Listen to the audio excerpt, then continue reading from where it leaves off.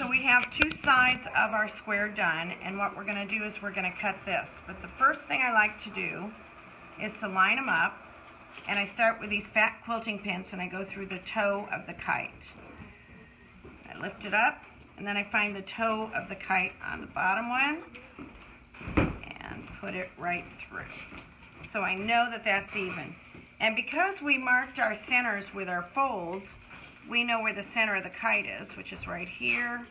And we'll double check here. It should be where the tip of that kite is.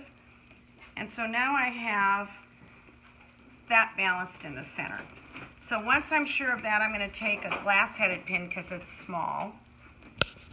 And you can sew over it. And I'm going to replace it. It's important that you hold this perpendicular to your quilt when you pin this one so that you don't shift the line up. Okay, so now we have this. I'm going to look at it on both sides and it looks good. So the next thing we've got to decide how to cut here. So an easy tip would be, let's put this over this way, would be to pick out, I'll pick out number 10 and I'm going to put the point on number 10. And then I want to make sure the toe of the kite comes out at number 10, so I'm going to double check by putting it there, putting it there. I'm happy there. Okay, so now I have it straight on the cutting mat. So our next check, thank you, is to take a long ruler. And using that 10, again, I'm going to line up a number here, in this case it's 13, so that I'm still straight with the grain. And I'm going to slide this down till I see my muslin. You can see that it kind of has a smile above it. That's okay. We know that these are matched together. I am going to have to move this pin so I can cut, but I'm not going to shift my fabric. And if I have enough here, I'll actually cut on this side of the muslin, but I don't, so I'm going to go to where I have enough on both sides, and I'm going to double cut this. Excuse me, can I just ask you a question? Mm-hmm. This is 10.5 and that's 9 3/4. Does that make any difference? Well, it doesn't, because see the fold line here and the toe line there. Okay. That's what I want. Did I shift it? She's not using the mat line.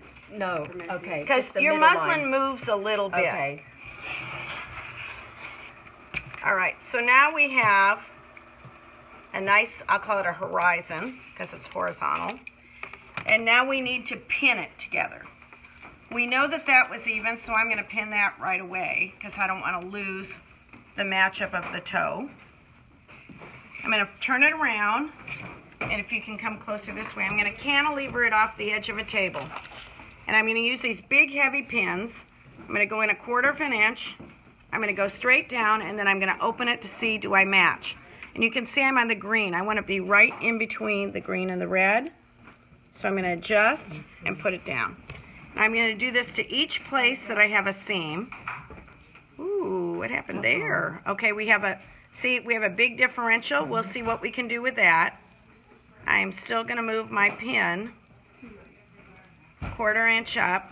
And you can see the difference there. You'll get like a pucker. But we're going to see if we can fix that. So I'm going to put all of these pins in across and see where they land.